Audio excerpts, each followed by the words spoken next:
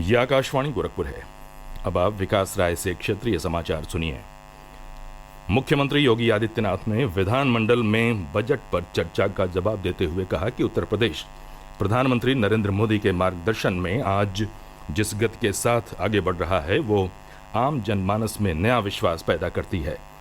श्री योगी ने कहा कि पिछले 6 वर्षों में राज्य के बजट का आकार दोगुने से अधिक बढ़ा है। उन्होंने कहा कि ये प्रदेश की अर्थव्यवस्था के विस्तार को बताता है। मुख्यमंत्री ने कहा कि हाल ही में संपन्न उत्तर प्रदेश वैश्विक निवेशक शिखर सम्मेलन में प्रदेश को 35 लाख करोड़ रुपए के निवेश प्रस्ताव प्राप्त हुए हैं। उन्होंने कहा कि निवेश के ये प्रस्ताव केवल राष्ट्रीय राजधानी क्षेत्र तक सीमित नहीं है बल्कि राज्य के सभी जनपदों तक विस्तार लिए हैं। श्री योगी ने कहा कि पूर्वी उत्तर प्रदेश के लिए लगभग 10 लाख करोड़ रुपए के प्रस्ताव प्राप्त हुए हैं, जबकि बुंदेलखंड के लिए 4,29,000 करोड़ रुपए से अधिक के निवेश प्रस्ताव मिले हैं। उन्होंने कहा कि उनकी सरकार ने प्रदेश में एंटी भू माफिया टास्क फोर्स का गठन कर 64,000 हेक्टेयर से अधिक भूमि को माफिया के कब्जे से मुक्त कराकर लैंड बैंक तैयार किया है। श्री योगी ने कहा कि आज प्रदेश की कानून व्यवस्था बेहतर स्थिति में है।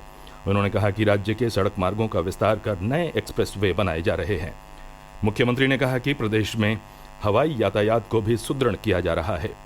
श्री योगी ने कहा कि ये वर्ष देश के लिए महत्वपूर्ण है क्योंकि भारत इस वर्ष G20 देशों के समूह की अध्यक्षता कर रहा है। G20 दुनिया के 20 बड़े देशों का समूह है।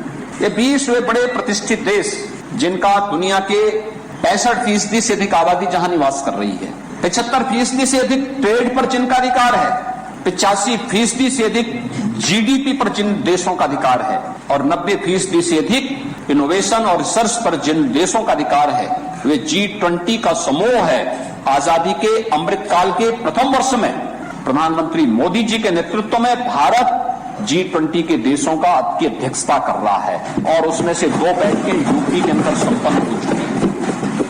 एक आगरा में संपन्न हुई जो महिला सशक्तिकरण पर आधारित थी 10, 11, 12 फरवरी को, और दूसरा 13, 14, 15 फरवरी को प्रदेश की राजधानी लखनऊ में संपन्न हुआ।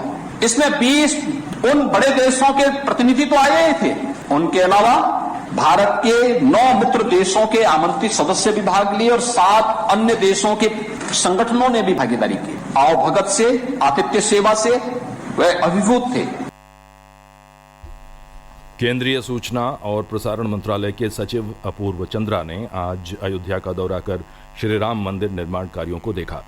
उन्होंने श्री राम लला का दर्शन पूजन भी किया। श्री चंद्रा ने कहा कि श्री राम मंदिर का निर्माण कार्य तेज गति से चल रहा है और मंदिर के गर्भगृह का निर्माण दिसंबर 2023 तक पूरा हो जाएगा। उन्होंने कहा कि इस समय अयोध्या में प्रतिदिन लगभग 25,000 श्रद्धालु रामलला के दर्शन के लिए आ रहे हैं और विशेष अवसर पर यहाँ श्रद्धालुओं की संख्या 1 लाख तक पहुंच रही है। उन्होंने कहा कि राम मंदिर का निर्माण पूरा हो जाने के बाद यहाँ दुनिया भर से लोग पूजा अर्चना के लिए आएंगे। श्री अपूर्व चंद्रा ने कहा कि बड़ी संख्या में पर्यटकों के आगमन से अयोध्या में रोजगार के अवसर भी बढ़ेंगे।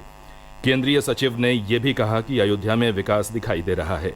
उन्होंने कहा कि 4 लेन सड़कों का निर्माण जारी है, नए होटल और अन्य व्यावसायिक प्रतिष्ठान बन रहे हैं जो अयोध्या के विकास को नई गति देंगे। श्री अपूर्व चंद्रा ने श्री राम मंदिर के निर्माण में जुटे मजदूरों से भी बात की। उन्होंने बताया कि राम मंदिर निर्माण में सहयोग कर रहे लोगों ने कहा कि मंदिर निर्माण में योगदान देना उनके लिए गर्व की बात है। केंद्रीय सचिव ने नवनिर्मित रेलवे स्टेशन का भी दौरा किया। उन्होंने कहा कि रेलवे स्टेशन का निर्माण भविष्य को ध्यान में रखकर किया गया है। इस स्टेशन की क्षमता प्रतिदिन 5 लाख यात्रियों की है।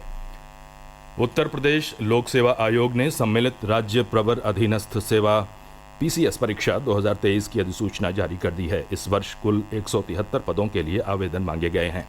विस्तृत अधिसूचना कल से आयोग की आधिकारिक वेबसाइट uppsc.up.nic.in पर उपलब्ध रहेगी। कल से ही अभ्यर्थी विभिन्न पदों के लिए आवेदन कर सकेंगे। कुशीनगर जिले में अपर जिलाधिकारी देवी दयाल वर्मा ने आज जनपद मुख्यालय के बुद्धा पार्क में केंद्र और राज्य सरकार की योजनाओं और उपलब्धियों को दर्शाती 3 दिवसीय प्रदर्शनी का शुभारंभ किया। प्रदर्शनी का विषय है सबका साथ, सबका विकास, सबका विश्वास और सबका प्रयास। प्रदर्शनी में महिलाओं और बालिकाओं, स्वास्थ्य, कौशल, रोजगार, कृषक, ऐतिहासिक और आध्यात्मिक विरासत और धरोहर सहित देश और प्रदेश की प्रगति के लिए विभिन्न योजनाओं और नीतियों के बारे में विस्तार से बताया गया है। समाचार समाप्त हुए। नमस्कार।